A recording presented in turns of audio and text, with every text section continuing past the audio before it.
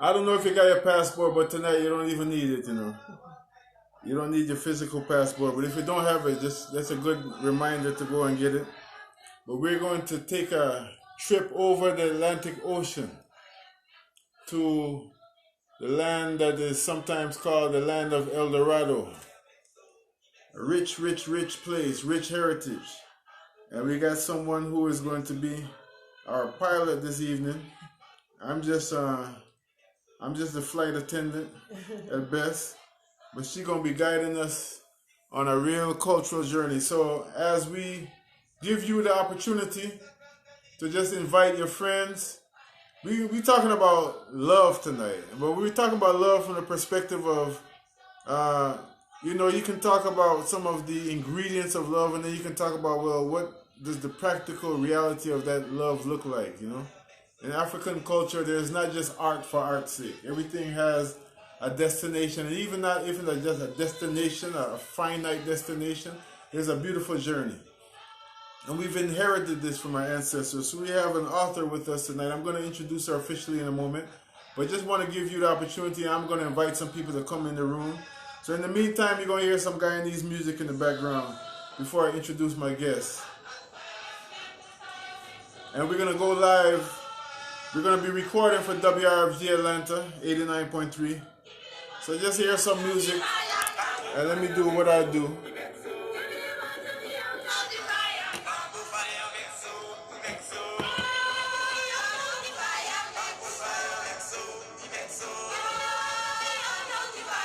Inviting you to invite your friends and your family.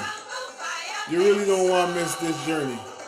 Of course, it's going to be recorded and everything, and so you can get it after the fact. But there's nothing like sharing in the spice when it's live and it's nice.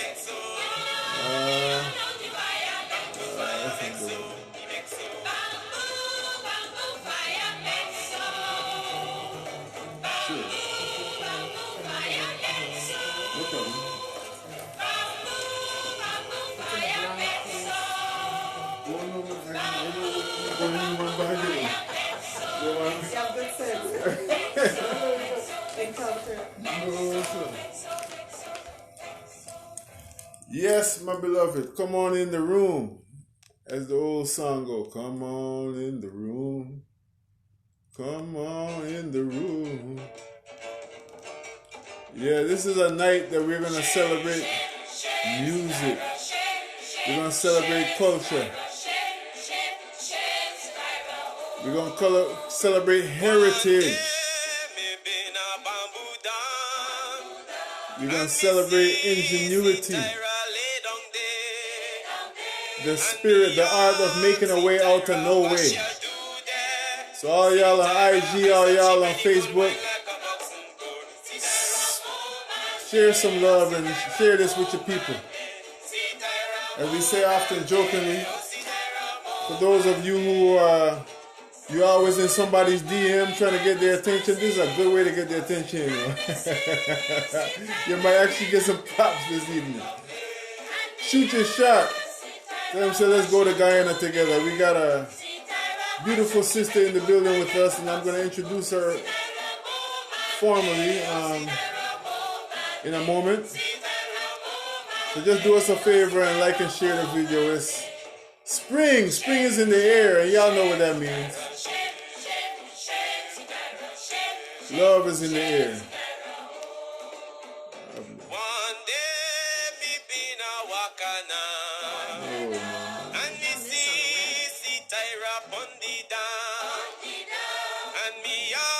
There we go.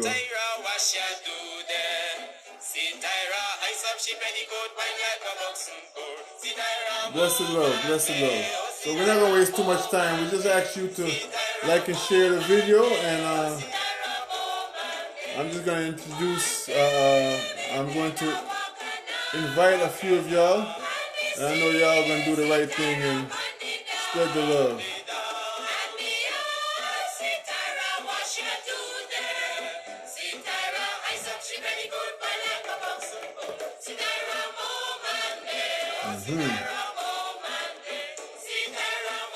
Blessed love, blessed love. What's happening, Kai? Special guest tonight. Y'all don't want to miss this. I'm talking about all y'all single folk, all you married folk, to give you something to look for in life. Right? Give you something to attain to in life. You know, one of the things, in all seriousness, that has often been lamented, and it's not just a lamentation, but it's actually something that I'm grateful for, the shoulders that we stand on in terms of the historians that have reminded us that not only the narrative is untrue, but it's not to say it's untrue. To say that African people have no culture is an understatement. It's really a deliberate lie, and we want to know why is the reason for this lie. But we ain't got a reason. You know, the thing about it is, two things don't occupy one space at one time. A wise man once said, "Don't condemn a dirty glass. Put a clean glass next to it, and let the dirty glass condemn itself." So tonight, we just raising up a clean glass. Matter of fact, would you like something to drink? I'm fine. I got You're good? All right. I was wondering if you want to. It seems like it's slanted to one side. Oh, okay. See? You see, we got somebody here who's serious about the thing. Yeah, I was looking. You see me as a ragamuffin from Buxton. And we overstand presentation where, you know, it is what it is. So let me start.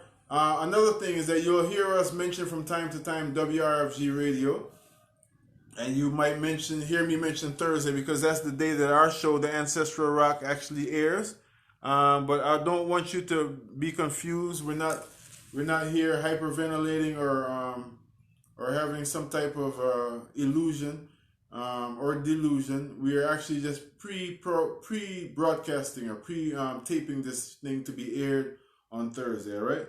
So you're live on WRFG Atlanta, The Ancestral Rock. A very special time for me. You know, I'm very grateful to have been exposed to a lot in my young life, as it relates to culture, as it relates to African culture and just world culture in general, you know, which all comes forward to African culture, because, you know, if you know a tree, you know the tree by the root and the fruit, right? The fruit are all over the diaspora. However, the root remains the same, you know. There's so many fancy theories these days about where humanity really started, and did everyone come over here on a slave ship and all that kind of stuff. And I say fancy, but I'm not even trying to be cynical, because we know that there's a lot of truth that has been scattered. We honor our ancestors, the Moors, for instance, who came over here. We know there's people. I remember my mother, who is now an ancestor, who had me to read a book called The Ra Expedition, which was about some people who basically recreated a reed boat to show that Africans came over here long before the captivity, you know, long before Columbus, right? So we know all of that. And we also know that the mother of civilization, the root of civilization, is the continent we call Africa. Well, today we are going to spend some time not on the continent of Africa, but on the African diaspora, specifically in a country called Guyana. Guyana, which is known as I said before, the land of El Dorado, that famous land of El Dorado, and up to today, because we have a situation right now where Exxon and other multinational companies have so-called discovered, they've discovered, in air quotes, some of the richest oil deposits in the world, right?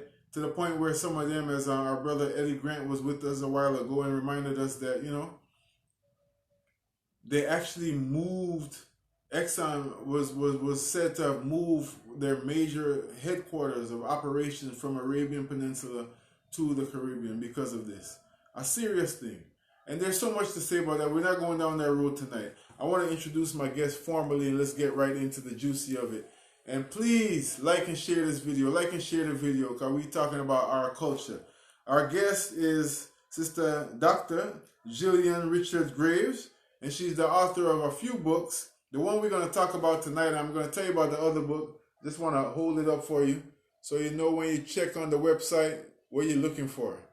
Because the whole thing about this is that we have created our own economy. A word to the wise should be sufficient. You know, on WRFG we can't do any calls for action, but y'all know what I'm saying. As Gregory and Dennis Brown say, let off something. Let off something. She's the author of Rediasporization, African Guyanese Kwekwe. And in the foreground, you're hearing the Kwekwe music, some of the cultural music that ends up being loosely titled Kwekwe music. And maybe our author going to help us to kind of make a distinction between what is Kwekwe music and what is just folk music in general in Ghana. So, Gillian, welcome. Thank you. Thanks for having me. Thanks, everyone, for being here with us today. Yeah, man. And continue to like and share the video. Bless up our family tuning in on Instagram and on Facebook. Share the love, because this is rich culture that we're dealing with today.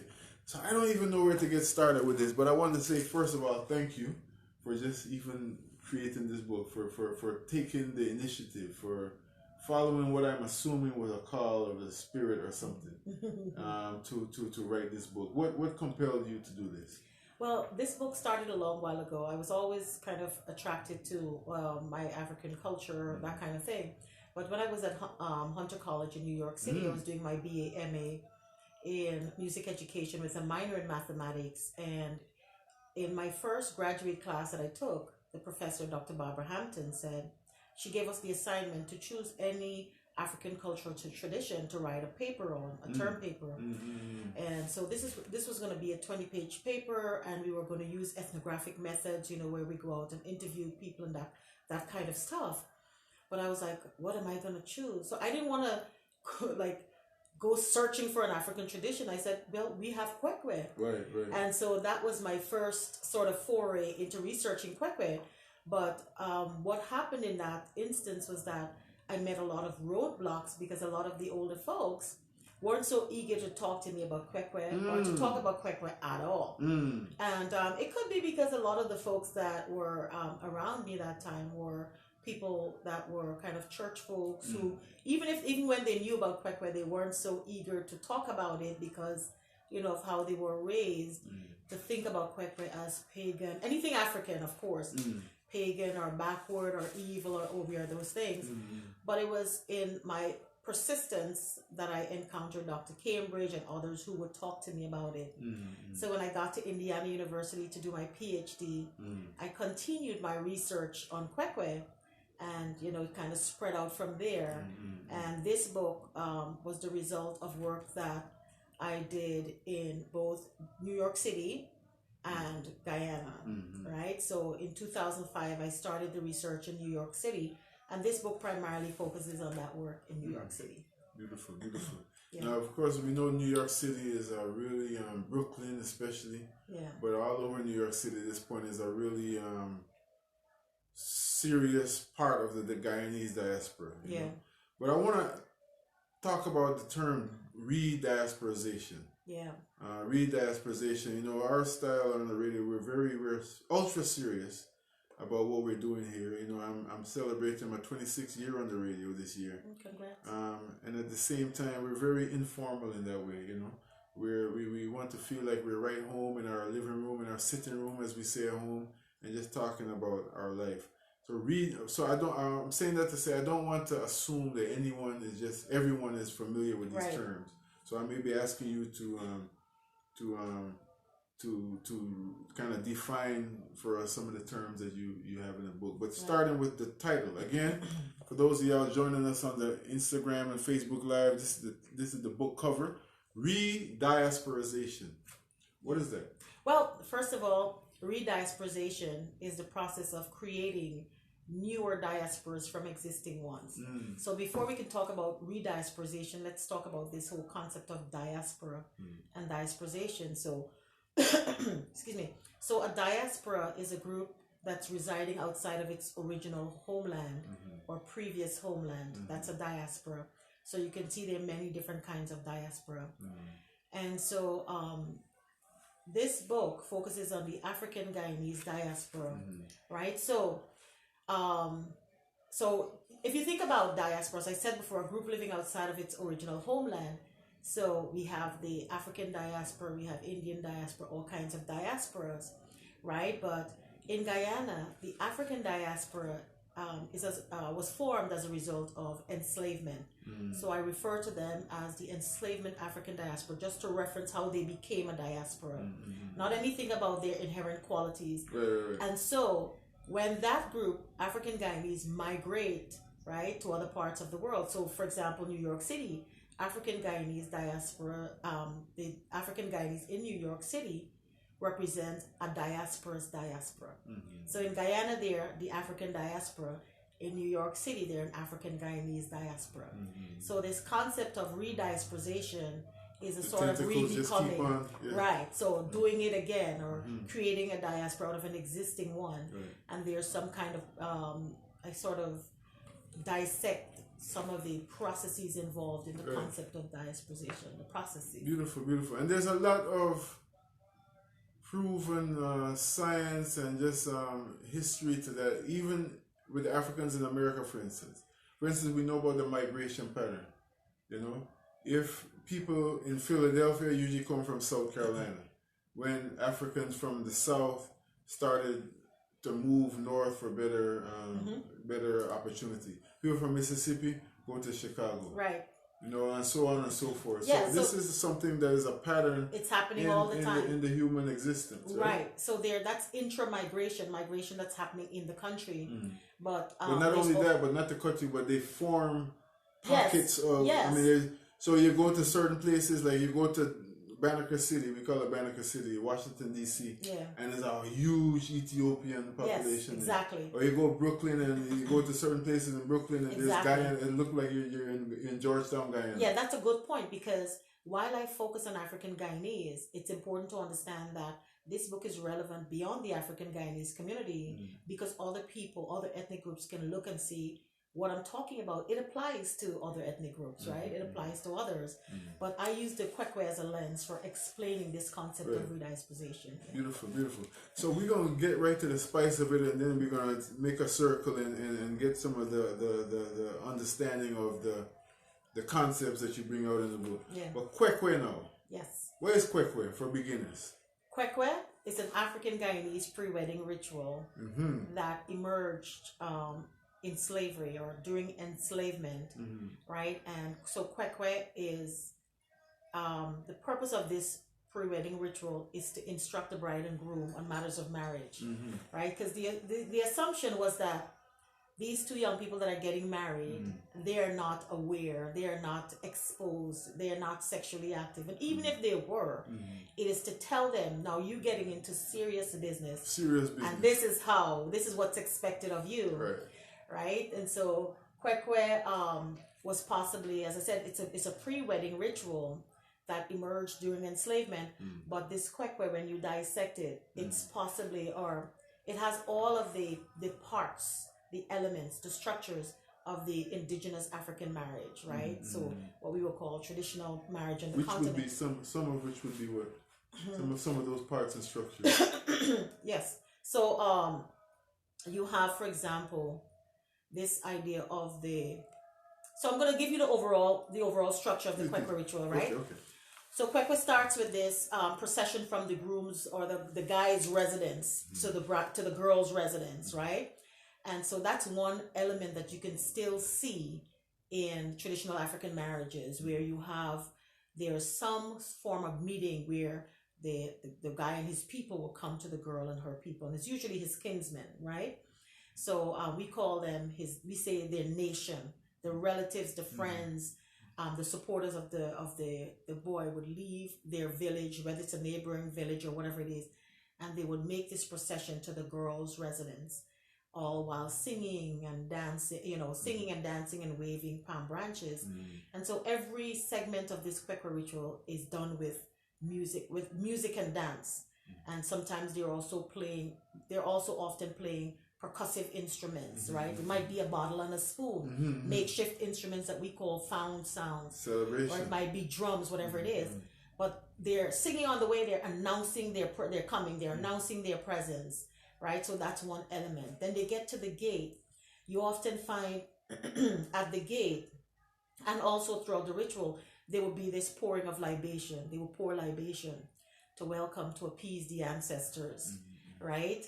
And but when they get to the gate, the girl's nation would close the gate. You can't come in, right? It's not easy. It's not easy road at all. No easy road. You can't get things for free like that, right? No, sir. Not just so. You can't do it so. And so the girl's nation would lock the gate, and the guy and his nation would sing songs like, "Open the door, let the man come in.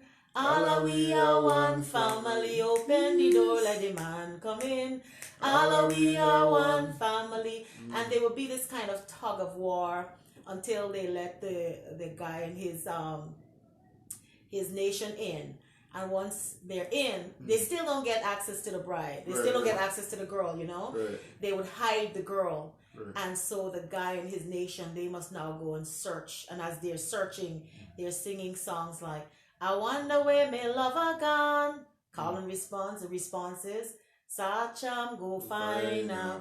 Wonder where my lover gone. Sacham go find him." And so you have that going on, and they search for a while, and sometimes the groom and his nation might get kind of annoyed because they can't find his, so they would help them. They would give them cues, as they get closer to where she's hidden. They may say something like "fire, fire," like telling them you're hot, you're getting warm, you're getting warm, you're getting hot. Or as they move farther away from the location, they would say "smoke," telling you you're going in the wrong direction.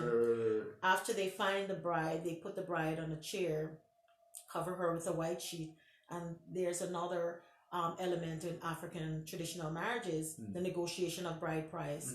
And the dowry.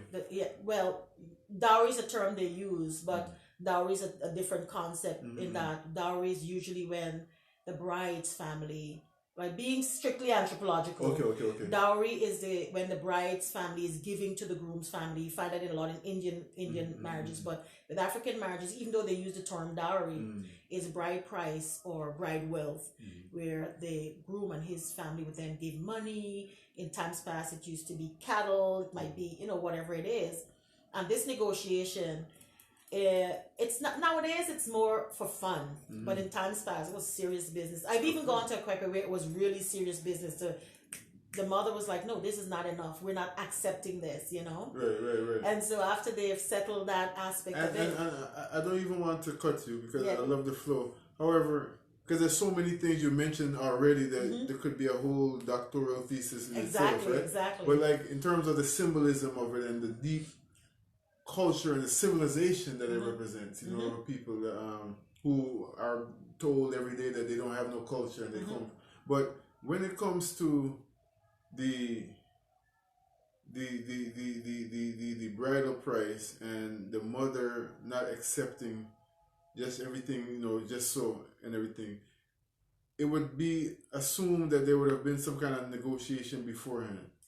All right. Well, that is very, very good because in African marriages, yes, the simple answer is very often there is, and in African marriages, the boy's people, his kinsmen are usually given a list, right? This is what we want. So when you come, in their initial introduction, come halfway, right? Because it's a negotiation. They're asking they come in like the marketplace. Because here's why: a lot of times the bride price is not just for the bride's father and mother. Right. A lot of times they would say, "And bring this for Uncle so and so, and bring this for," because it's like this is a time for you to make your claim. And so this is why when they come, they're like, "Yeah, well, you asked for 10 tubers of yam, but we just brought 5, And they're like, "No, we said 10." And so this, in the Guyanese Kwekwe, this bride price is more symbolic nowadays, right? So you're not going to find people breaking up because the girl's family disagrees with what the groom's family brought. But what I wanted to ask you was, what is the reason, as obvious as it may be, why would a bride's family be so persistent in saying, "Well, this is not enough"? Is it just because they're trying to get rich off of these people? Because, especially in the context of a place like Guyana, where many people are considered, in air quotes, materially poor. What would be the deeper significance of that? What is the bride family losing? Well, there are lots of reasons for that. Number one, they're losing her service, what she would have been giving to that family.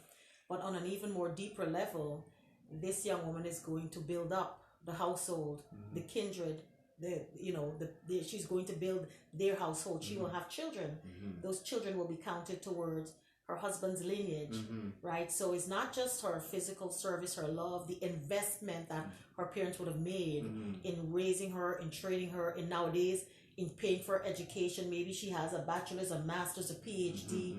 It's not just a compensation for that. Daddy, you spend all that money, then I ever get some compensation. You just come to pick up wife. I just saw?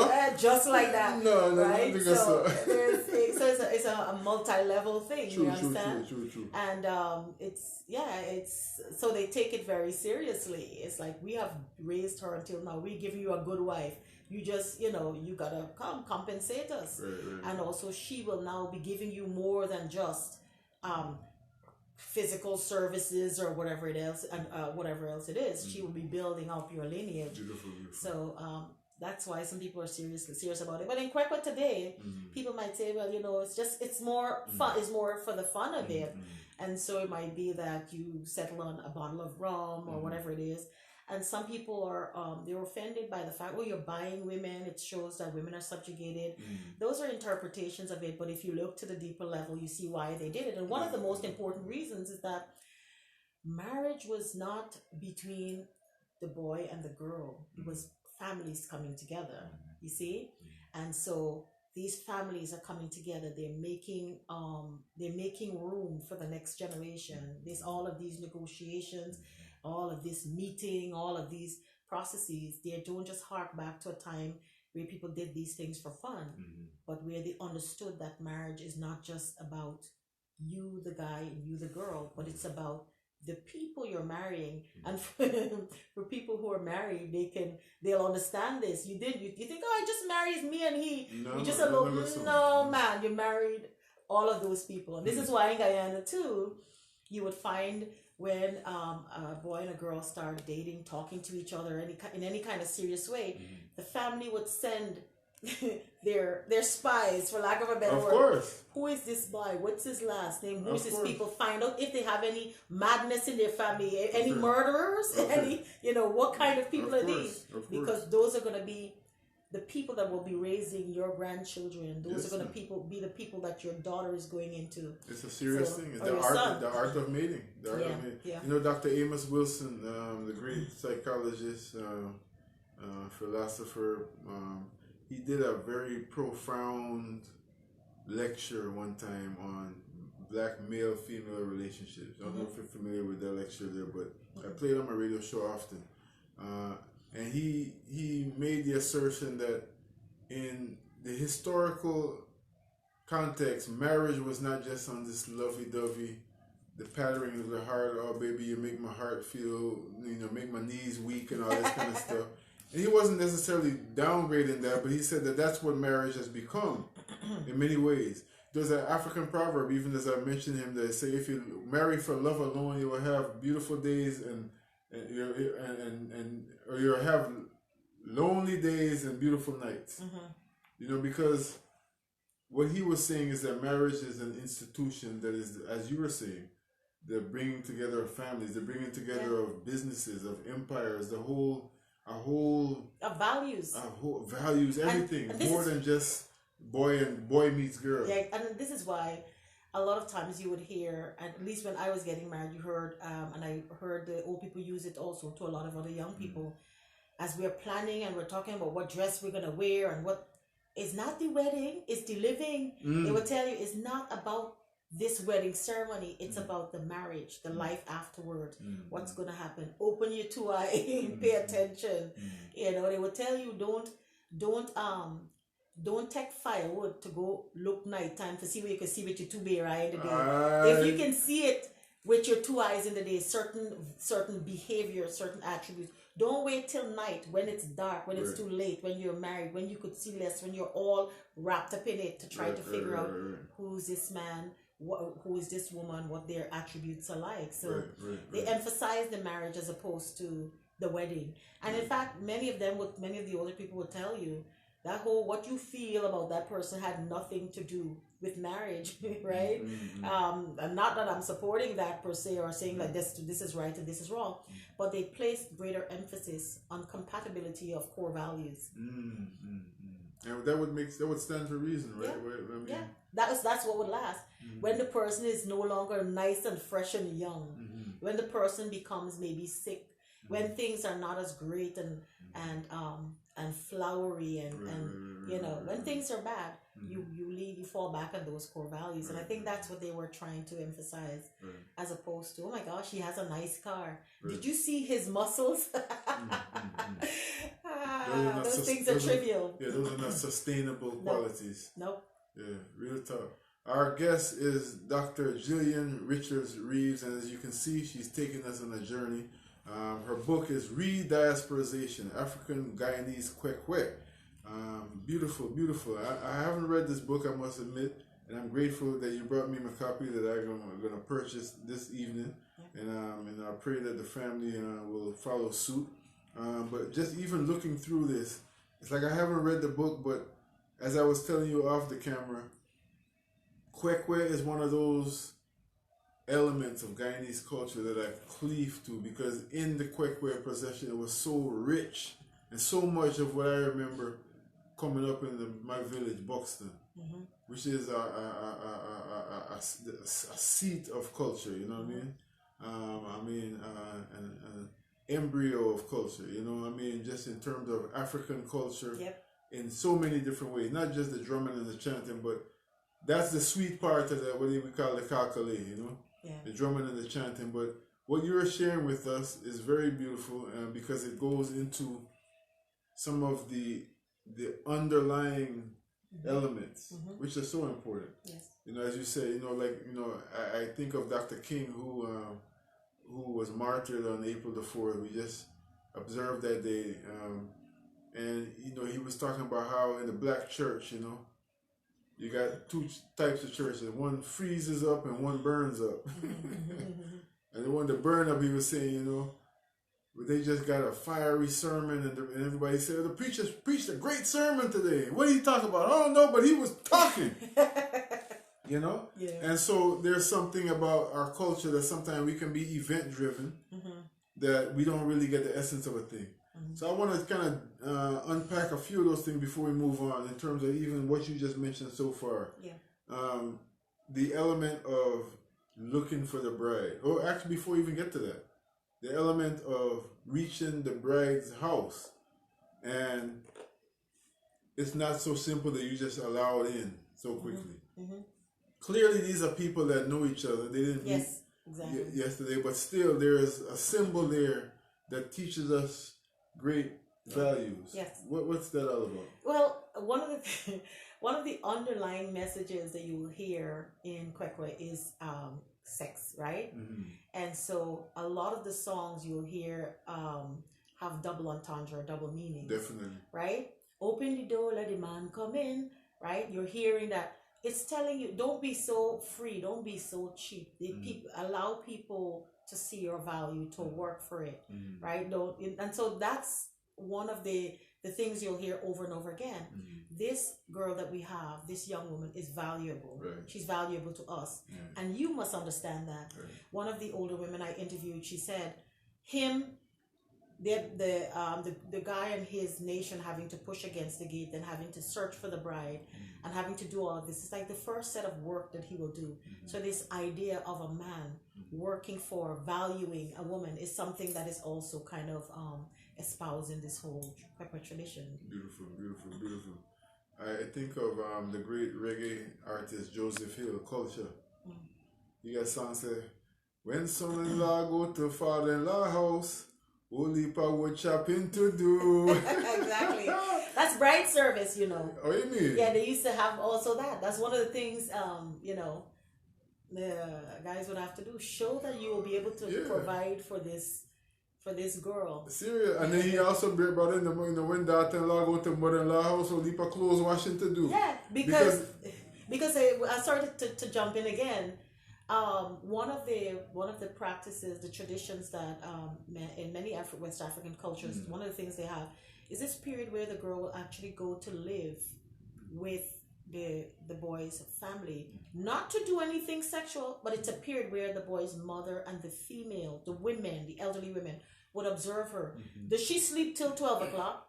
Or does she get up and sweep the compound? Is she busying herself about making her, how does she conduct herself around around males, around elderly people? It's going to give you an indication of what she might be in marriage. And so in that period, it's like a testing period, It's not about the boy and the girl, but it's about, the girl demonstrating that she is actually marriage material. Real talk. So, Real talk. And I would imagine that the same thing about when she, once the man, the groom's nation, as you aptly say, is allowed into the bride's compound, then he has to find her. Sometimes, if I'm not mistaken, she's even disguised. Yes. So he have to really know who it is he wants to marry. He have to know. He have to be able to find his woman under disguise. Yes. They do that also in a lot of African traditions. Right. They would bring out a sister, an aunt. Is this the rose you're looking for? Is this the the person you want to marry? And that guy has to pay attention. It's saying it's like don't pick the wrong one, or you're in a lot of trouble. Holy trouble. Holy trouble. I mean, but there's so many things there that I'm sure many of our audience can read between the lines, that speak to presence. Speak to presence. I was just remarking, and we were doing a farm talk really, and how one of the biblical names for farmer is a husbandman. A husbandman of the land, and what that represents in terms of the quality of being present and paying attention all the time, just being able to attentive. Being attentive, way beyond, because these people may not have been sexually active, but you still have to know. You have to be able to feel the vibes of something. You got to know who is this woman you marry. You got to be able to sense her presence, even in a physical way, under disguise. As you were saying, you want to spend the rest of your life with her. Yeah. Powerful. So you mentioned your marriage. Did you have a kwekwe? They tried, but no, I didn't. They started. Some of the women sang kwekwe songs, but they started singing. They started singing church songs. And they started it in church. And for me, that switch was like too rapid, too drastic. Like, aren't you the same woman who wouldn't even let me like if they see your slip hanging below your dress, they're freaking out, and everything is like they're so proper.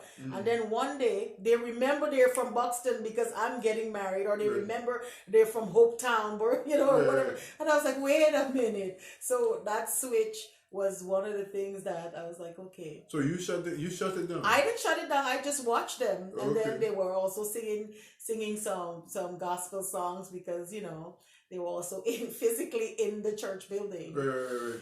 Yeah. Oh, so we're gonna have a quick way in the church. In the dogs. I'm like, there are so many things wrong with that. You have no idea.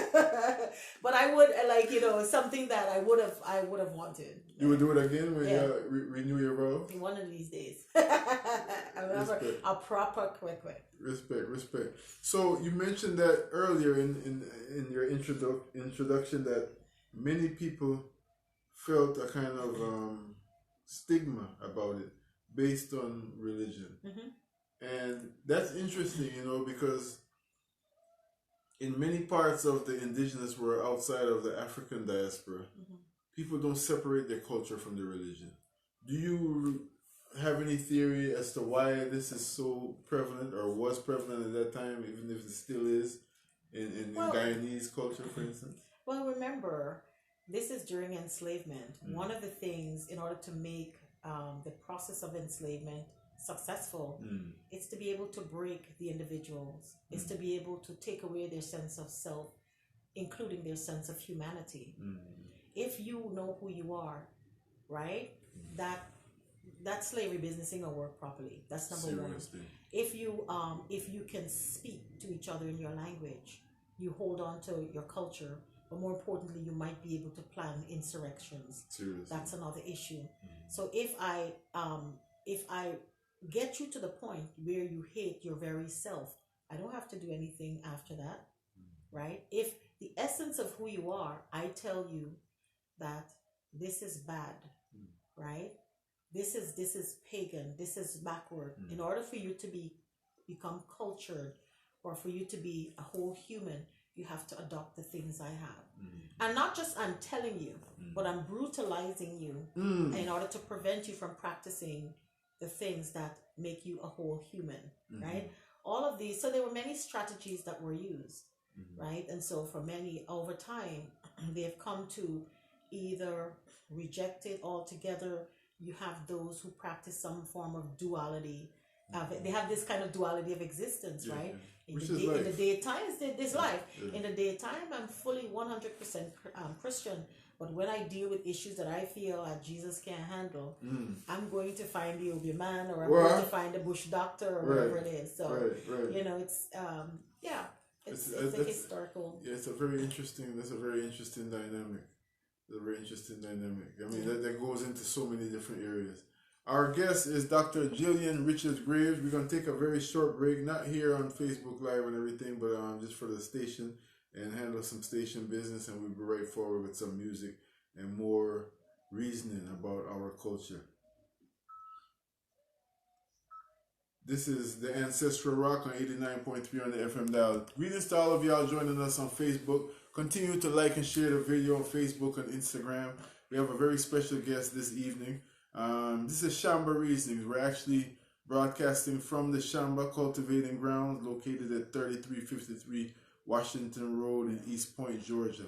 I'm really looking forward to sitting down with a cup of tea or some mabi and read this book. And I'm looking at chapter 2 now. I'm just skimming through. It said, who cook up rice? Who cook up rice? This is what it said. Yeah, where's the cook up rice? Sorry. Yeah. Extracting the African and reconstructing home through food. We all know that food is such a fundamental part of our culture, of our memory.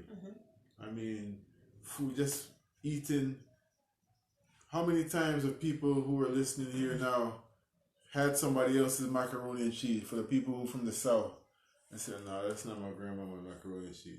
And it don't just end there. It just causes a whole disconnect and everything. You want to walk out the restaurant and all kind of stuff, you know? I mean, so what is this chapter all about? The chapter on food, it basically looks at the way that African Guyanese in New York City, or African Guyanese Americans, right? How they continue to sort of carve out their African Guyanese identities through food, and how they also are changing, right? So whenever you go to a kwekwe, there are certain foods you're looking for. Cook-up rice has to be on the menu. Definitely. Right? So even if there are all kinds of Guyanese foods, which include Indian foods and Chinese foods and Amerindian foods, you must have some foods that people consider to be African in nature. So when you say cook-up rice, even before you go any further, what is cook-up rice? So cook-up rice is basically rice and peas and coconut milk and vegetables and meats. If you don't eat meat, that's fine. You can have a kind of an ital cook-up. But the coconut milk, the peas, the rice, basic ingredients, right? And so you would go to anybody's kwekwe and you might find black eye cook-up, right? That's all often foremost on the menu, because again, black eyed peas is kind of an African. It is African in origin. So black eye cook-up. Split peas cook-up, chana cook-up, which is chickpeas or garbanzo beans cook-up, right? So different kwekwe rituals will have all kinds of cook-up rice. Some people are looking for konki. Konki is this kind of cornmeal dish that's, I don't know, you can't call it a dish. It's wrapped in banana leaves and boiled. This kind of, sort of like tamales, if you're familiar with tamales, right? So some people are even looking for fufu and metemji, anything that's heavy, earthy, things that they figure. Make me hungry, they eat all day, you know, they're farming all day. Right, but what's happening, and this is in this concept of rediasporization, we're not just looking at how a diaspora is reformed, we're looking at some of the changes that are happening in this reformation. So the people themselves have changed. So yes, I'm Guyanese, and yes, I'm of African descent, but I live in the United States. Can I get the ingredients that I need to make this food? It might be a situation of ingredients. It might be change of taste. Some people are in the United States now, and they remember eating nice chicken foot soup and sauce. Talk about it. And so when they come here, they're like, oh my God, how did we used to eat this stuff? Right. They themselves have changed. Sometimes it's a health, that change comes from health issues, right? They might have diabetes or something like that. Or something that come from ridicule, too. Ridicule. And sometimes it's also that they're kind of wiser in the sense that they don't want to be eating the big, heavy food that late at night. So the people change, the cuisines change, and that kind of stuff. So in this chapter, I examined, it started with a vignette, a short story of a Guyanese woman who came, and she's like, yes, the Kwekwe is nice. She came to the Kwekwe night in New York City, which is a reenactment of the traditional Kwekwe. And she was looking for cook-up rice and couldn't find a cook-up. She's like, where's the cook-up? There's no Kwekwe without a cook-up. So you have different people will come to Kwekwe and feel that the Kwekwe is good based on what is present, or it's bad based on what is absent, that kind of thing. Right. So very, very, very, very interesting point you bring up, because we're talking about tradition here, and we're talking about attachments to tradition and how some of those things, every generation kind of loses them or forms their own, and then sometimes older generations don't love it at all. And I think we can all identify with that on some level, whether it's with music or different aspects of culture. I want to read just a little brief excerpt from that chapter there. It says, food is one of the principal ways the Guyanese teach, reinforce, and display gender values. We ain't talked about gender values yet. God of mercy. While both boys and girls are taught to cook when they are very young, the onus of cooking is generally on women, as cooking validates one's womanhood. Food is a, quote, powerful voice, especially for women who are often heavily involved with food acquisition, preparation, provisioning, and cleanup, end quote. When a young woman can cook well, her mother is often celebrated for instilling proper home training in her child. Conversely, a woman who cannot cook or who cooks poorly, particularly one who is married, often becomes a source of ridicule for her mother. I mean, I could stop there, but let me just read a little bit more, because that's a whole mouthful right there. And I'm sure a lot of people can identify with that, all over the world. Yeah. The ability to cook diverse meals and to do so competently can set a young woman apart from her peers and render her more desirable for marriage or as marriage material. I mean, because the truth be told, I'm speaking as a man, the way to our heart is absolutely, one of the ways is through our stomach. You gotta laugh like you know that to be true. It's true. That's what we were taught. But here's the thing, though. So you could cook? Yeah, of course. I cook Chinese food all the time. That's almost an insulting question. Exactly. Did you see me? If I could cook. But here's the thing. This is so funny, because even though I tend to think of myself as progressive in some ways, it's anytime I meet a Guyanese woman and she says, "Well, I don't know how to cook," I would think like, shh, don't let people hear you. It's like, how are you gonna feed your kids? Right. And that's when I know that those values are so deep rooted. But it's beyond cooking. Food it's about gendering also, and I think that because we're telling young women, this is what you're expected to do, but not just this is what you're expected to do, but this is what you're expected to do. If you're going to be a good woman, you're expected to do it well.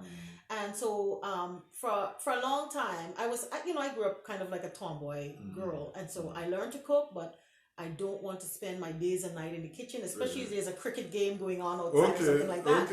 And so my mom used to lament, and you can hear, oh man, and not too many of us heard this, man gonna beat you, your husband will beat you. So I think that is one of the things that as I dissected it, you're hearing sort of the sanctioning of bad behaviors because you can't cook, right? That, so these sort of domestic abuse sometimes is linked to food. You earlier mentioned memory being linked to food. And so even that has to do with gender, because if you're to think about it, you talk about your grandmother's macaroni and cheese or whatever it is. When we eat, we remember the people with whom we've shared that meal. We remember the places. We remember certain things, it reconstructs memories for us. But with regard to gender, too often food is kind of this kind of um, the crux of sort of the gendered constructions. Because here's another thing, right? For a lot of women, especially like of my mom's generation, grandmother's generation, the kitchen was their primary source of power. They didn't have, outside of the kitchen and the bedroom, there was no real power for the woman. So they really flex in those areas, right?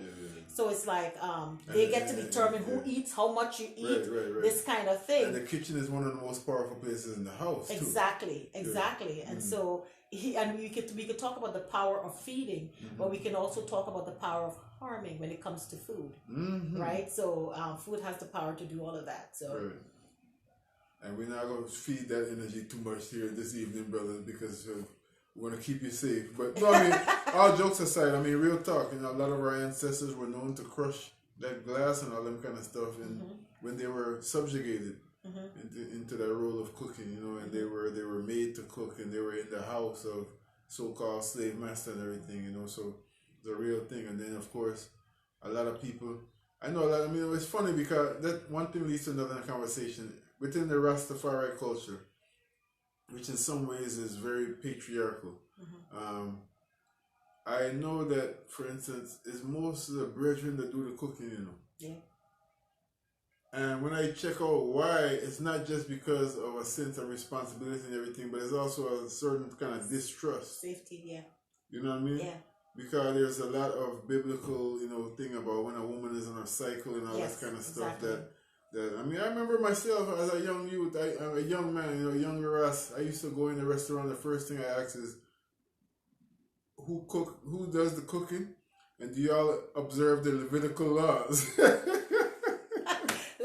Let me explain. I ain't ashamed to tell you, we grow, we learn, but it's real talk. No, but listen, if you also remember, growing up, our parents used to caution us about stop eating about, and especially if you're a young man. Of course. Stop eating about before you get catch. For somebody like, Somebody like you and put something on your jolly rice and all them kind of things. Like I said, I ain't want to give y'all too many ideas out there, y'all young folks, but it's real. Oh my God. It's real. Yeah, exactly. It's real. Wow. So food has power. Yeah. Food has definite power. Yeah. But thank you for bringing that out in this book, though. Because what I can see is that you're bringing out real elements that sometimes are glazed over. Yeah. And it's very, very necessary. What made you use or address that in the book? Why what compelled you to do that? Because Kwekwe focuses primarily on gender, male, female, and their nations. And gendered issues in food is one of those central issues that we deal with when we're talking about gender. But you can't go to any Kwekwe and not see food, right? So it's that kind of complex, the intersections of race, of class, of gender, all of those things happen in Kwekwe. So that is why I had to focus on food. And then if you look in the American context, you see all of those changes happening, right? And you see all of those changes on display in one place, right? You don't have to go to several Kwekwe.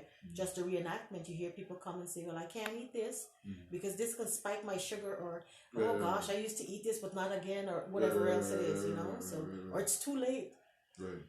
Right, real talk.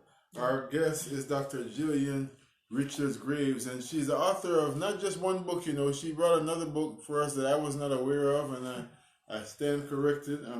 I'm grateful to be to be put up to speed. This is called Eclectic Hair with Granny and Me, and hopefully we can have her back again to talk about this book. But in the meantime, your brother Raskofi can take this home and take it in. And I know I look like something I really enjoy reading for my grandson too, but yeah, it's very important. Very, very, very important. Eclectic Hair with Granny and Me. There's a beautiful picture I saw the other day. I love to see. I have 4 daughters. I love to see these pictures of whether it's young women or older women. There's one I saw was these women had to be in their 70s, and one of them sit down and the other one braiding their hair. I talk about that. There's so much transfer of knowledge and culture. Yeah, but that's what this book does, the Eclectic Hair book. We're switching a bit from Kwekwe. Right. The Eclectic Hair book basically looks at black hair from a historical perspective, a cultural perspective, and from an identity perspective. So it's sort of changing the narrative surrounding black hair, and so it's looking at the importance of elderly women, of grandmothers and other elderly women in the community who pass down all kinds of knowledge, but specifically with regard to hair.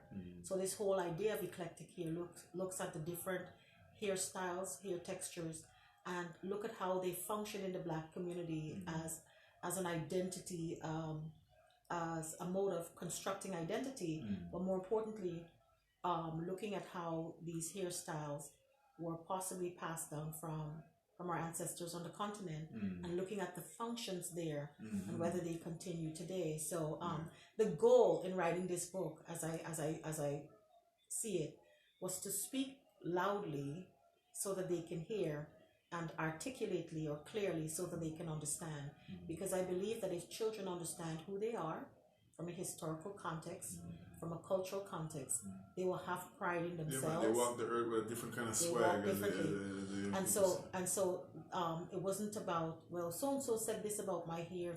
This is who you are, in spite of. And not just our children will read this book and understand and learn, but everyone's child, all children can read it and understand. So I felt that it was necessary because I try to keep my ears to the ground. I try to pay attention to what's going on in society. And so sometimes we spend our time arguing with people instead of explaining. Instead of, when children understand, they will know, they will do better. They will be better. Definitely. Our guest is Dr. Gillian Richards-Greaves, and again, she is the author of the book that we're reading today, Rediasporization, or we're speaking about today, rather, Rediasporization, African Guyanese Kwekwe, and of course, the new book, Eclectic Hair with Granny and Me. There's a lot that you brought out there, and it kind of brings me as a segue to the next chapter. I want to get back to some of the Kwekwe songs, because you have to teach us some of the Kwekwe songs, Don't laugh. Don't think you're getting out of here without using your voice this evening. But chapter 3, wiping, whining, and walking. And what grabbed my attention as we're talking about gender roles and all this, because the subtitle is of this chapter is of constructing, contesting, and displaying gender values. There's a Guyanese proverb that you cite. It says, "It take face powder for get the man, but baking powder for keep the man." I mean, we just talked about that already. It take face powder for get the man, like makeup and all that kind of thing there, but baking powder to keep the man. So after a while, he's not going to be impressed by your good looks if you can't really be a good cook. That's a real thing. And then the other thing, teeth and tongue must bite. Serious thing. What's this chapter all about? Well, that's the chapter that focuses on gender values in the Guyanese community, looking at how those values are instilled in us from the time we were small, through children's songs, through our parents, through teachers and that kind of stuff. But looking not just at those positive values, but also values that are not so healthy. And we got to address that, Let's address and so looking at how the Kwekwe songs, many of these values are addressed directly or overtly, and sometimes, inadvertently, we're reinforcing some of them, but also examining the ways that in the American context, women are not just going to sit down and say, "Oh, all right, if he beat me, it's okay." Well, some of them do, but they're kind of pushing back. They're negotiating a different space, and not just women. They're men who are in a place where they're like, you know what, we might have grown up seeing certain things, but these things are not good for us. They're not good for the women. They're not good for our children, and we're changing it together. So that's what this chapter is about. So bring out some of those things for us, and let's just start with some of the things that you have identified yourself as a woman, as a progressive woman, as a Guyanese woman, as a member of the African diaspora. All of those things, all those crowns that you wear that need some restructuring, that need some updating. For me, the first thing is that we start out teaching. We're raising men. We like to think that we're raising boys, but we're actually raising men. So we're actually raising men. So what we're teaching our sons is what they will take into manhood, right? And so just two things I'll talk about. Boys will be boys. Mm-hmm. You know, so when they do bad things, we say, "Hey, he's a boy." Mm-hmm. But what I find very often is that we're teaching girls how to be women in more constructive ways, how to care for, how to provide for, how to nurture. But all we tell men is, "Well, you're a guy, you're good to go." And so when they get older, it's a lot there. Until when they get older, you find that there's, it seems as worthless. If you want to hear it from me. No, real talk. I got 4 daughters, and so I can see it from both sides. Yeah. I mean, I remember, not even to cut you, I remember poignantly when I was teaching at a high school here in Atlanta, and I was complaining to one of my elder sisters about how I wasn't getting the assistance that I would have liked, the parental assistance, when I reach out to parents about their boys, I mean, and if I had to reach out to them and I really complain about it, it was once in a while, because I was able to have the energy that most of the teachers would send their troubled children to me and all this kind of stuff. But you got 1 or 2 knuckleheads where you need some parental involvement as well. But my whole point is that the sister said to me, well, there's an old saying that we raise our daughters and love our sons. We raise our daughters and love our sons. And then she went on to talk about where this come from. Somebody's asking where can they get the book too, so we don't want to skip over that. University Press of Mississippi, I think, is upmpress.com, or you could just Google Rediasporization. You'll see the book, and University Press of Mississippi. It's also on Amazon. It's also on some other sites, and we'll post it later. Yeah, we'll definitely post it later. So but then she went into something that I've observed since then that opened my eyes 15, almost 20 years ago, is that a lot of that comes from the trauma of the captive experience, when some African women, they were afraid to nurture their sons into too much of a vibrant masculine manhood, because he could be sold. He could be sold, or he could be cut down by the police or the overseer, or in the Jim Crow days he would be lynched and all this kind of stuff. So therefore, they turn in a next generation of young men, or potential young men, into just waste men, like they say in Jamaica. But the thing is, it's also, we have to look even past enslavement to look at, if we look back to the continent, we'll see some of those same values where we teach young women, like, you have to be responsible for X, Y, and Z, but we don't do that with our young men with the same fervency. And we see that coming out in Kwekwe, right? So yes, you have to work and provide for the home, but beyond that, it's the burden of keeping things together, of being and doing everything, tends to fall on the woman. And this brings me to the second point that I was going to make, and it's linked to the first point, and that is with domestic violence. We recite proverbs like teeth and tongue must bite. The teeth will bite the tongue, right? Teeth will bite the tongue. But the truth is, and we kind of sanction it. We sing songs, we sanction it. Definitely. And it's done in a jovial way. Right. But if you look at what's actually happening on ground, a lot of times when there's domestic abuse and stuff like that, we don't address it. Sometimes because we don't know how to address it. Because it's just marriage, You're still living, dust off yourself and move on. And so these values begin from young. They begin... I always tell people I'm raising men, not boys. I'm not raising them to be what they are today. I'm raising them to be someone who are responsible assets of society. And I think we have to get to a place where we understand that we're doing damage to our community. Period. If we're building community and we're destroying half of it, we're destroying the whole community. We're destroying the whole thing. If we're destroying the whole community, we're destroying our future too. Yeah, real time. This is gonna die. I just saw a warning coming. Yeah, no problem.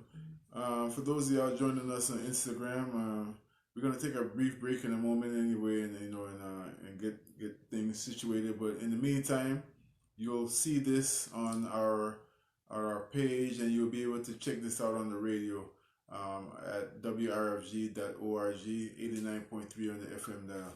This is a serious book, sis, and I'm just grateful again. I can't stop, sister, for you honoring the call Tell us about that. I mean, you kind of spoke about it earlier, but I want to go deeper into that, in terms of, because even though you had an assignment to write something about an African, I'm sure there are other things that you could have written about. Yeah. Was there something there specific or particular that made you choose the Kwekwe instead?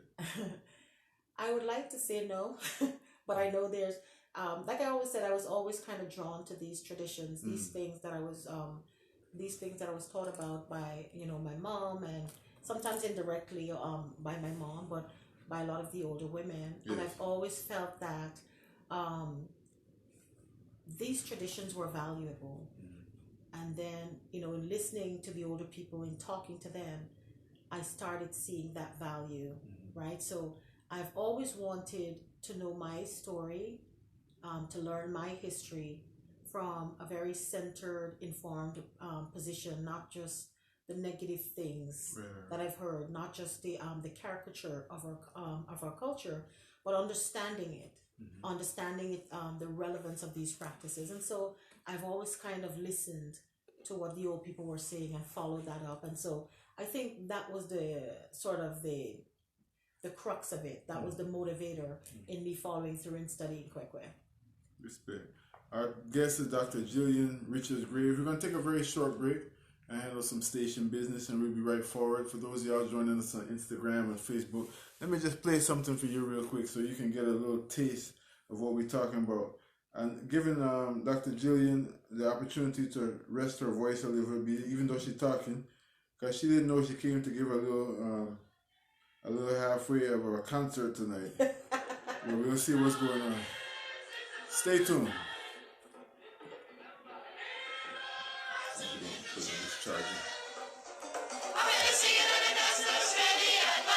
For those of y'all on Facebook and Instagram, we're gonna pin where you can get the book. Okay, 1 second.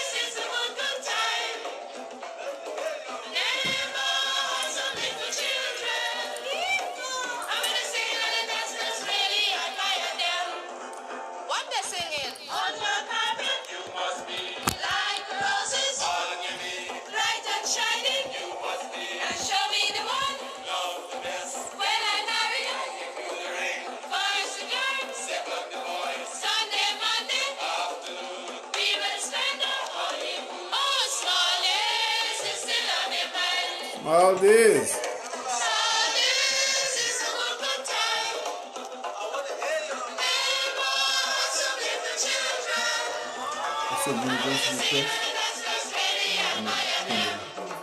Join the singing.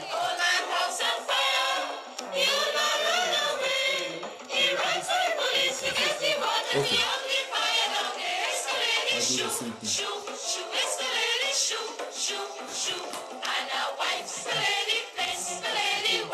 Okay. Yeah, I do that after we. Bless our family. As you can see, it's richness in our culture, and we're grateful for the scholarship that reminds us of this richness. So that's what they are for. Spread the video, spread the word, spread some love.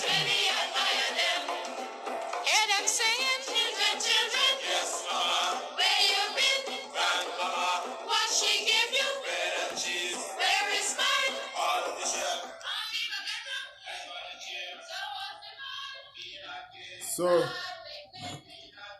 Wicked Picnic. WRFG Atlanta 89.3 FM. I'm just completely full joy myself. I didn't even have to get on a plane. I just had to just call up the sister, the doctor, Gillian Richards-Greaves, and she is joining us live in Atlanta, and really sharing with us some richness of our culture by means of a conversation about her book. Her book is called Rediasporization, Kwekwe, African Guyanese Kwekwe.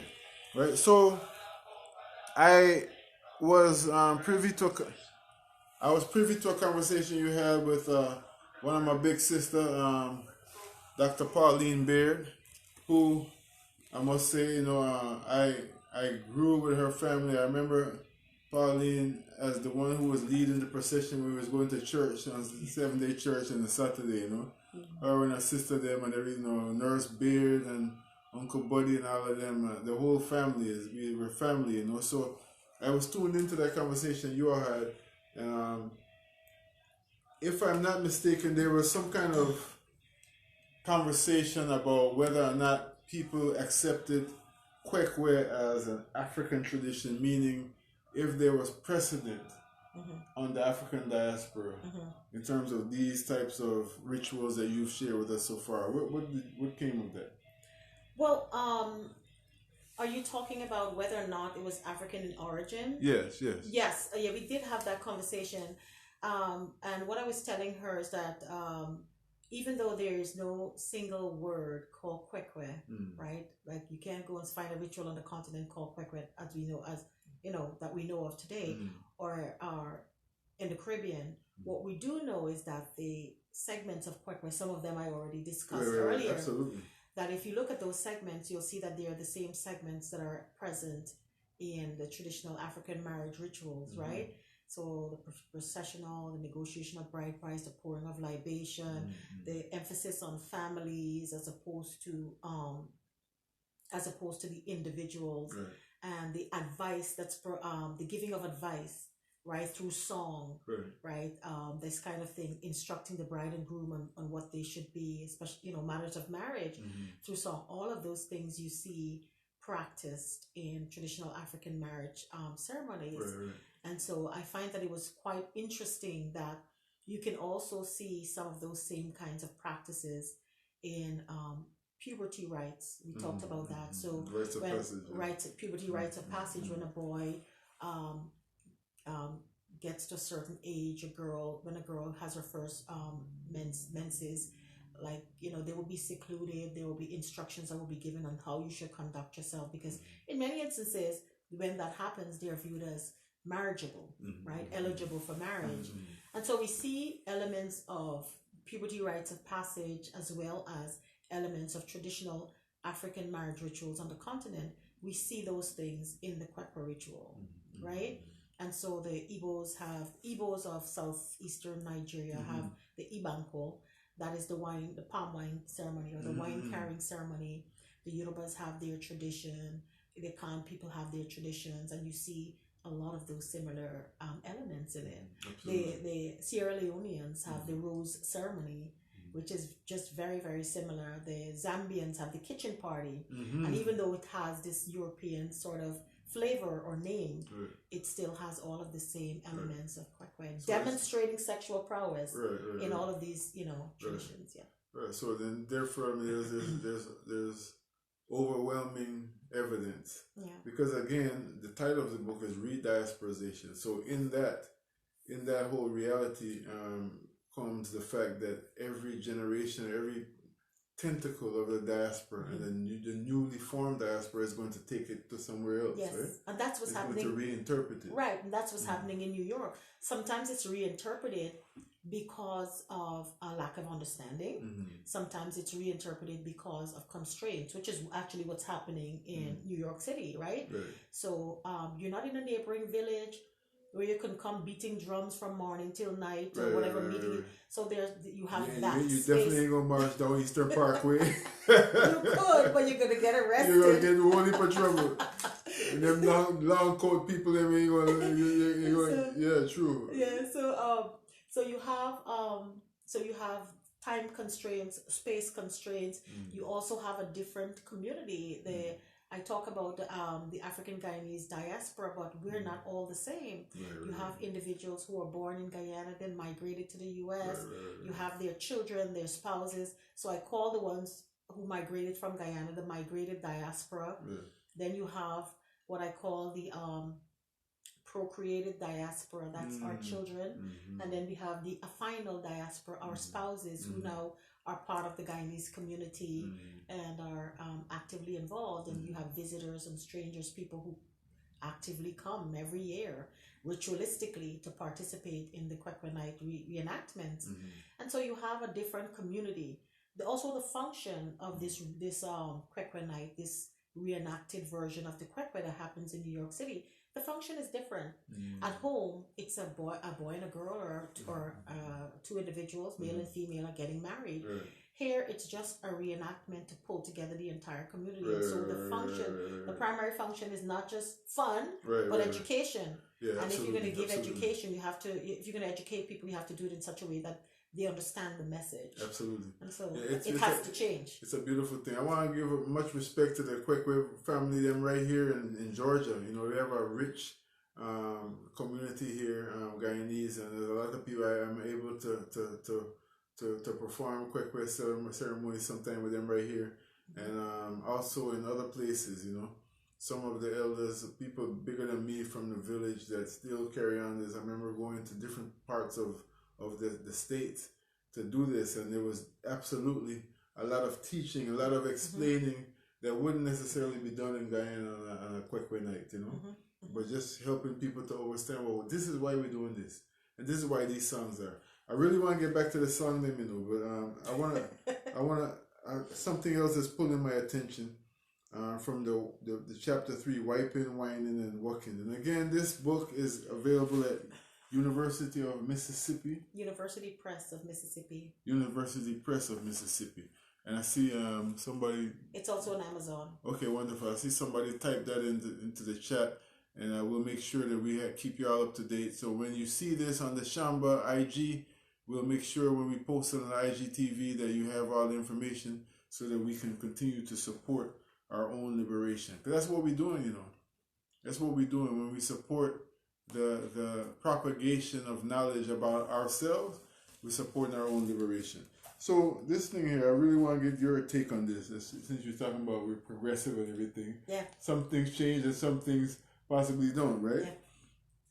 The economics of real men. One of the principal gender roles that African Guyanese men are expected to fill is that of provider or wage earner. Thus, a real man acquires and maintains employment, particularly before he takes a wife or starts a family. From the time they are young, very young boys, from the time they are very young, boys are often admonished by parents and clergy to work to become industrious men. Parental and pastoral, religious advice is often reinforced with scripture, such as, quote, if a man will not work, he shall not eat, from 2 Thessalonians chapter 3, verse 10. And another one, quote, anyone who does not provide for their relatives, and especially for their own household, has denied the faith and is worse than an unbeliever, end quote. That's from 1 Timothy chapter 5, verse 8. I'm going to stop right there. How you feel about that? I won't put you on the spot now because we're talking about how some things change and how things... is this something that you find to be relevant, up to date? I think that men should work. Don't get me wrong, but why I say we have to, this is why we have to be sort of, we have to have a more nuanced position when it comes to these gender roles that we've established in Guyana, because guess what? You can lose your job as a man. You can become sick as a man. You can, when you migrate to the United States, which is the emphasis of this book, you will find situations where it might be easier for a woman to get a job than you, the man. You might have had a good job at home, right? But you come here and things have changed. It might be a situation where you were used to being the big earner, the big baller, right? You're bringing in the bacon, so to speak. But you're in the United States now, and your wife's job or your wife is earning more than you do. You have to work around it. In some instances, you have situations where you have to switch those stereotypical gender roles, because you might find out, okay, you're working, your wife is working, but the money you're spending on daycare is way more than what you're. So what do? Right. Do you just You're keep spinning working? your wheels, or Right. Do you just stay home and let one income come and let one parent stay home, and you might be the one that. So these are some of the actual things that men are dealing with. Men, generally speaking, but Guyanese men, and some of them can't make that switch because they were raised to believe that if I'm not working, if I'm not providing financially, I'm not a man. So what happens when they can't make that switch, in your observation? Well, in my observations, there are lots of things that happen. Some of these, you have some men that they leave. Some of them go back home. Some of them become abusive. Some of them become depressed, frustrated. They can't make that switch, right? They can't understand that. Well, right now, it might be just a temporary thing, right? I'm temporarily out of work. I'm not getting into this groove that I'm used to. Yeah, I have my education. Things are not working out. And some of them just they just give up. I've seen men that just like, I'm not going to even try anymore. This country was designed to make me fail. And what you can argue for or against that, but I see different attitudes. Some men make up some fascinating stories. I'm working at night, I go to school at night, this is why I'm not working. They have all of these explanations. But I think that the healthiest thing to do would be for the people involved to sit down and figure out what works best for the family, in spite of whatever cultural values we have. Right, and what works best for the family and for everyone involved might not be how we were raised, might not align with how we were raised, and that's what happens a lot of times. True.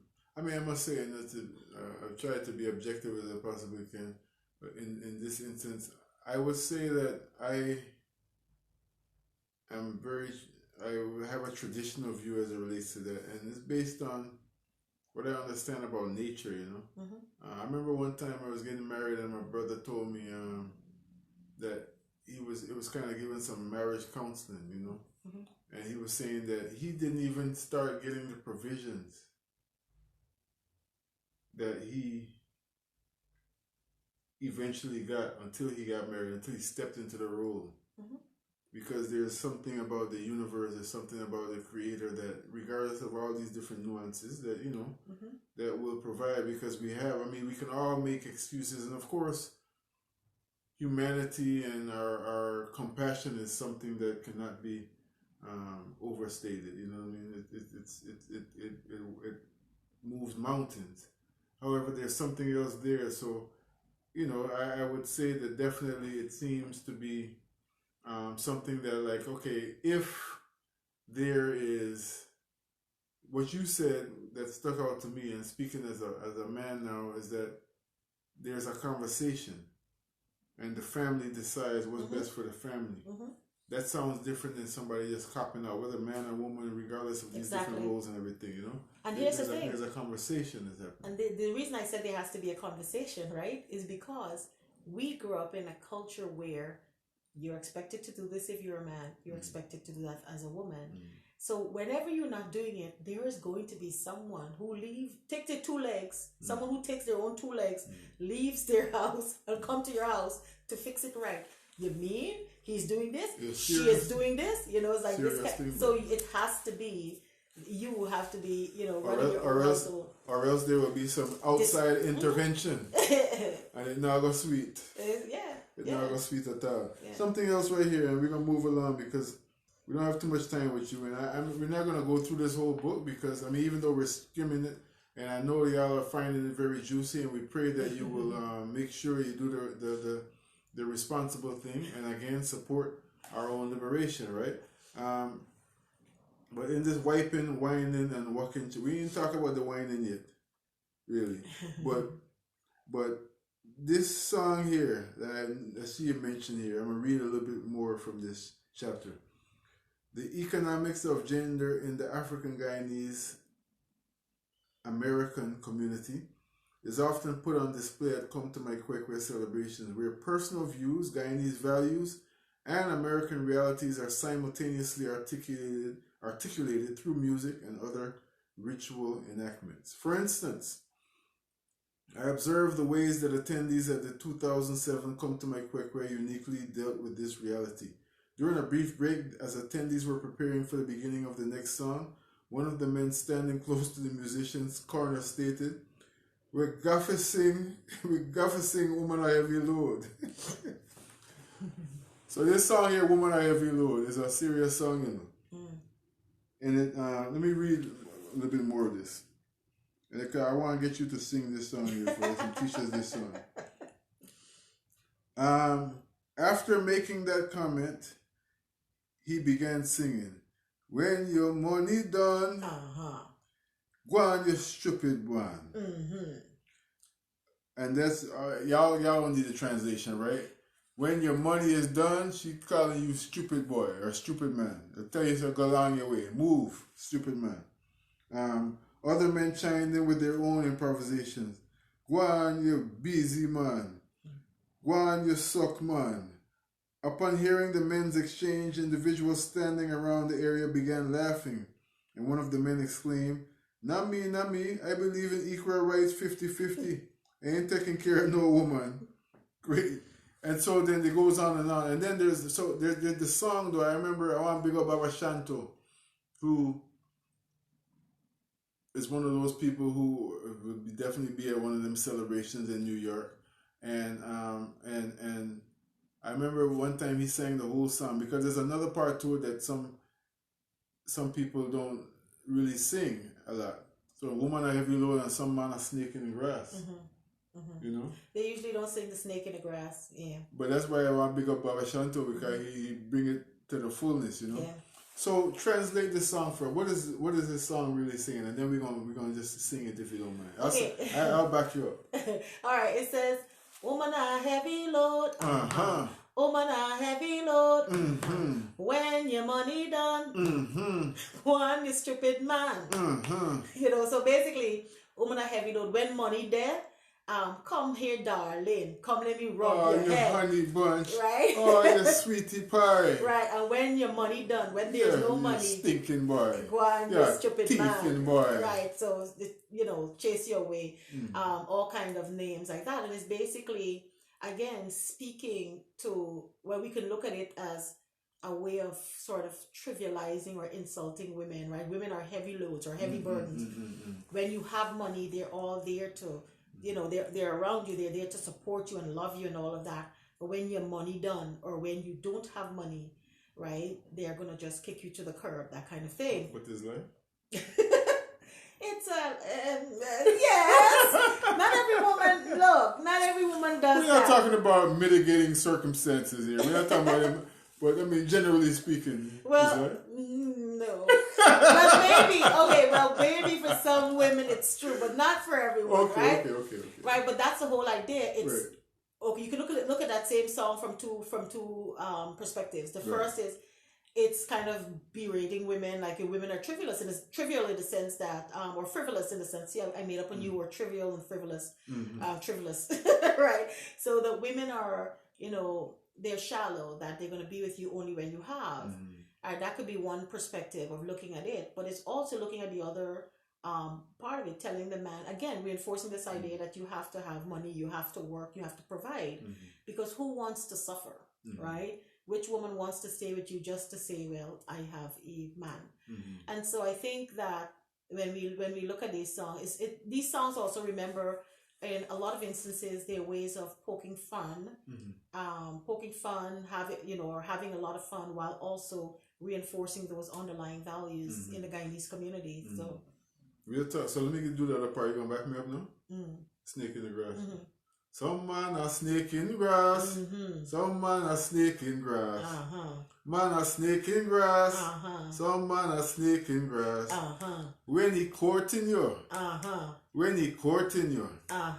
Look, I buy you roses tonight. I take you out for dinner tonight.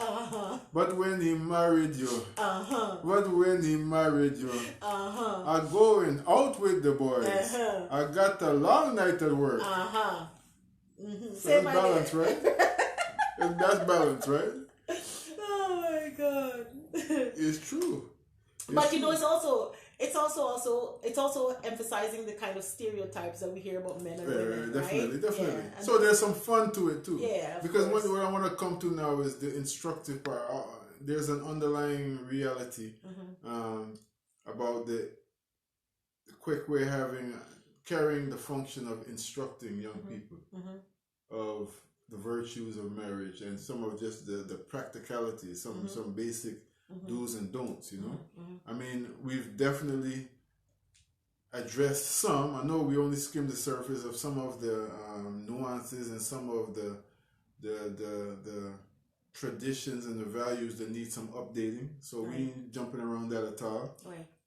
Fundamentally speaking, would you agree that it's a healthy tradition that speaks to that carries a certain kind of importance in terms of giving a practical instruction in a enjoyable way, maybe? Yes, and if you continue to value those values, it is relevant, right? Values of women have certain roles to play, men have certain roles to play, and one of the things we didn't touch on quite a bit is the importance of sexual activity in marriage, right? Some people will say, oh, it's not relevant.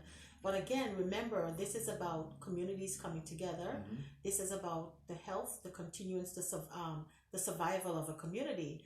And so these older folks were thinking about that continuation of the community from a more practical perspective. Absolutely. When I dead, who gonna there? Like, who remains after I'm gone? Right? Who will left?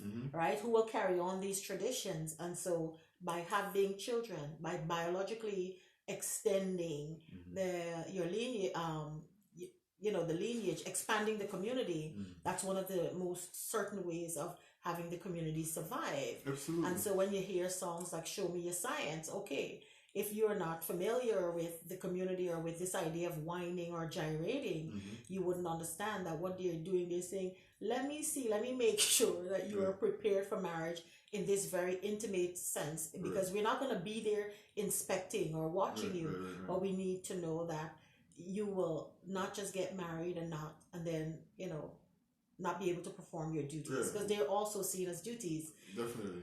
Right? Woman lie down and the man can't function. What kind of man is that? So nowadays we got Cialis and Viagra and all them kind of thing, or if you're Italian, the roots drink and the tonic and all them kind of thing there. But that's a real thing. So let's talk about the sexuality piece for a minute, because that is real. That's very practical. I think that in our culture in America, especially, but in the culture of the world nowadays, because this Western culture has dominated the narrative of world cultures, sex gets this whole bad thing. I mean, even, not even to get into our religious conversation in that sense, but I was watching something today when a particular teacher, I'm not going to call his name, was talking about, he was giving his interpretation of the story about the Virgin Mary, and what another meaning of virgin may mean other than one who was not sexually active. But his whole premise is that, so this is about somebody who is the example for humanity, Jesus the Christ, right? But according to some teachings, he was born in a way that no man came through, so how could he be an example and all this kind of stuff? And I mean, again, we're not going to go into that whole thing there, but he also said that this is making sex look like something that's bad almost.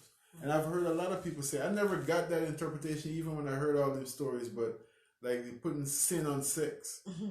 You're making sex something that even in a natural way, even in the most honorable and permissible and halal, whatever word you want to use, way, there's an underlying kind of energy about sex being something that you got to be ashamed of. Yeah.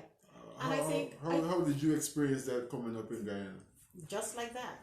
We were raised like that, and this is why the Quaker ritual for many people who are now getting married and for the first time seeing a lot of the older women who would have held you tight, and anything, as soon as you blink the wrong way, they assume you're doing something.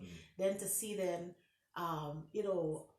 telling you, well, you have to do this and you have to serve your husband and you have to do, it's like it's a kind of a gear shift, a switch that many can't really make sense of, because for many of us, we were raised with this idea that when you're talking about sex, it's something bad, something, but then in the context of marriage, you're supposed to think about it differently, and then you're supposed to just switch that on.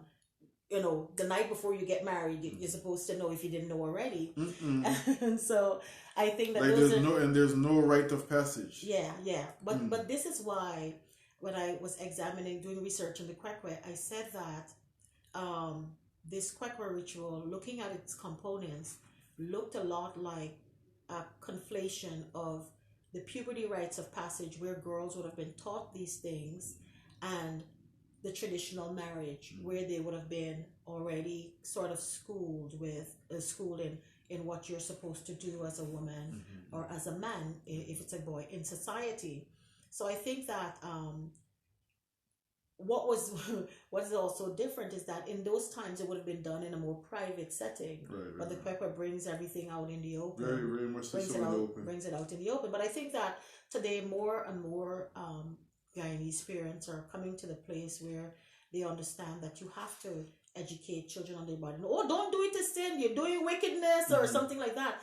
And they believe that if you're not talking about it, it's not going to happen. But children, children are they're curious. So tell them, educate them, and let them understand that this is what we think is appropriate. But it doesn't mean that it should be thought of in that kind of negative way. Yeah, and it would seem that the fact that it is done in public now would, in a strange way, kind of bring some balance to it, because most things that are done in public, at least there's not the same connotation of shame to it, I think that's why you would hear often in Kwekwe, you would hear people say things like Kwekwe not a bad word.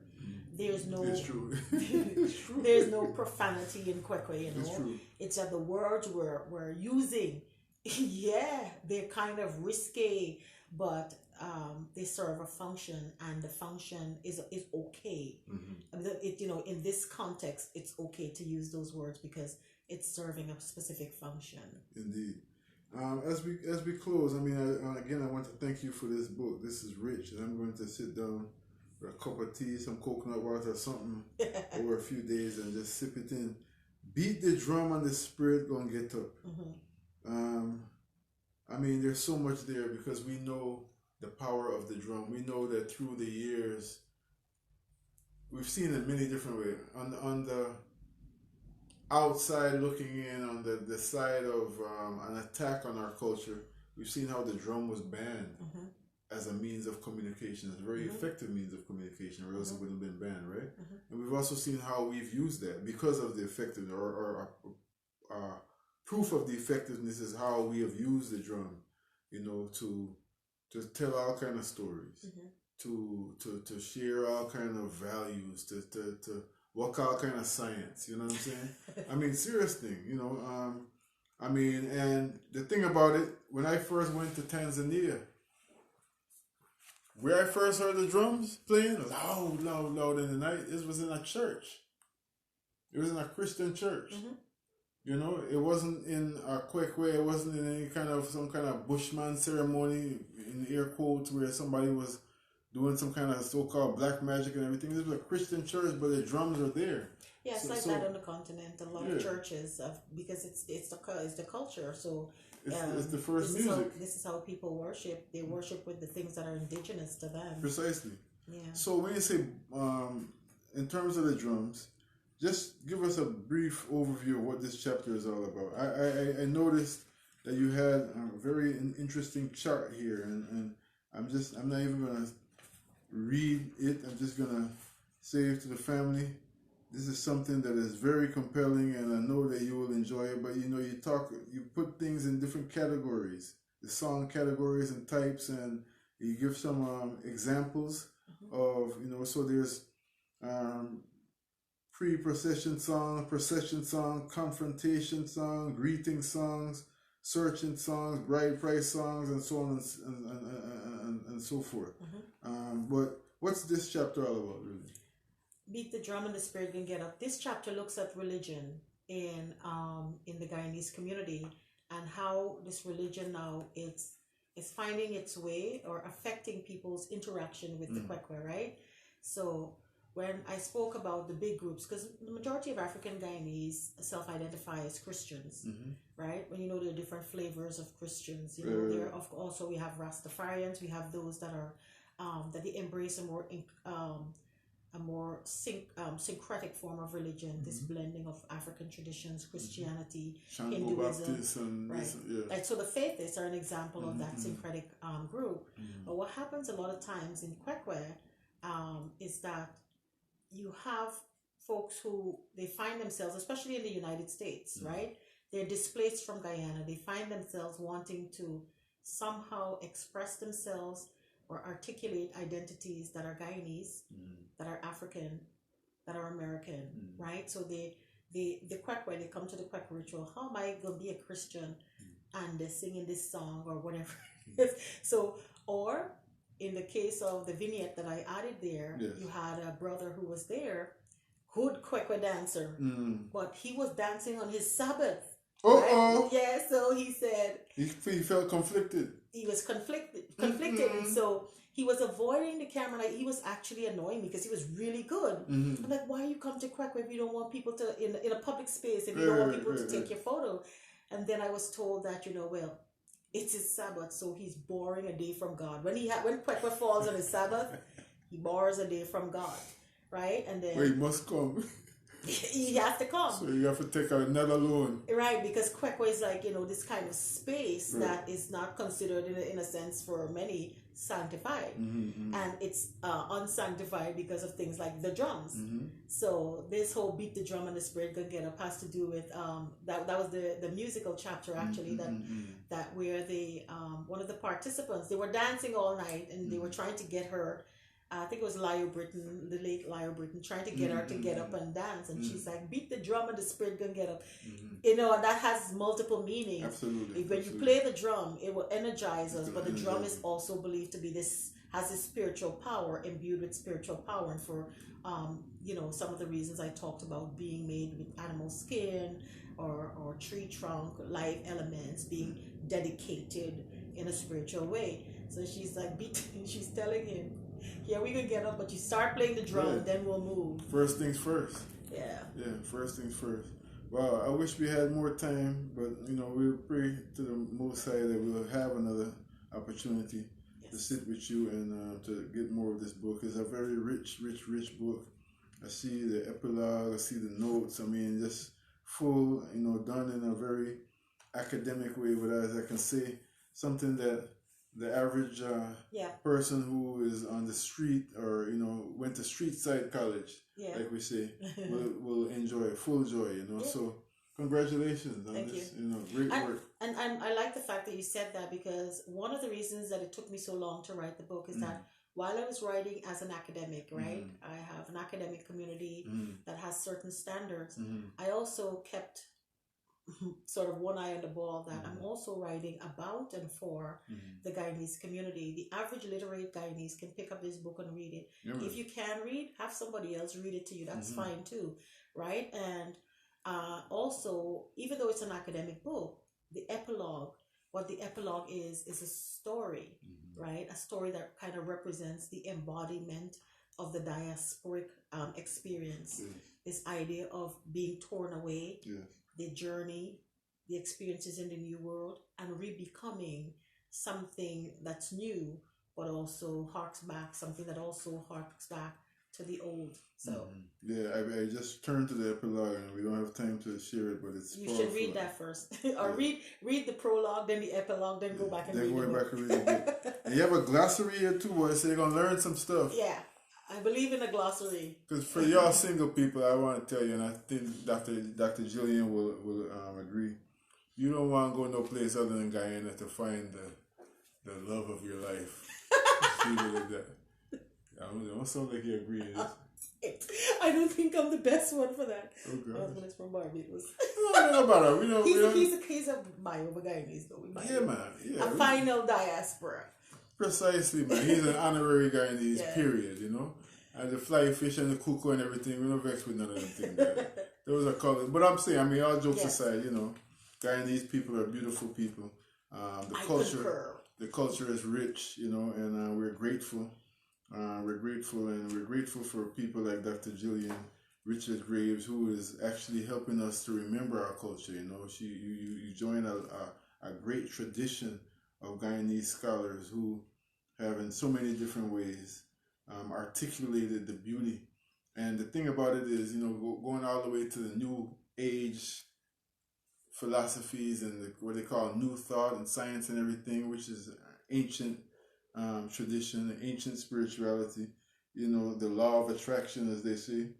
One of the main ways, fundamental ways to manifest that which we desire is to hold to be joyful about it, you know, to find a place of joy, to be joyful, you know, and to create the joy around us. I mean, so that's something fundamental to human life that I think that books like this are so important to remind us of, because part of the narrative that we have unfortunately adopted as real is that, you know, we're here to suffer and all this kind of foolishness, you know what I mean?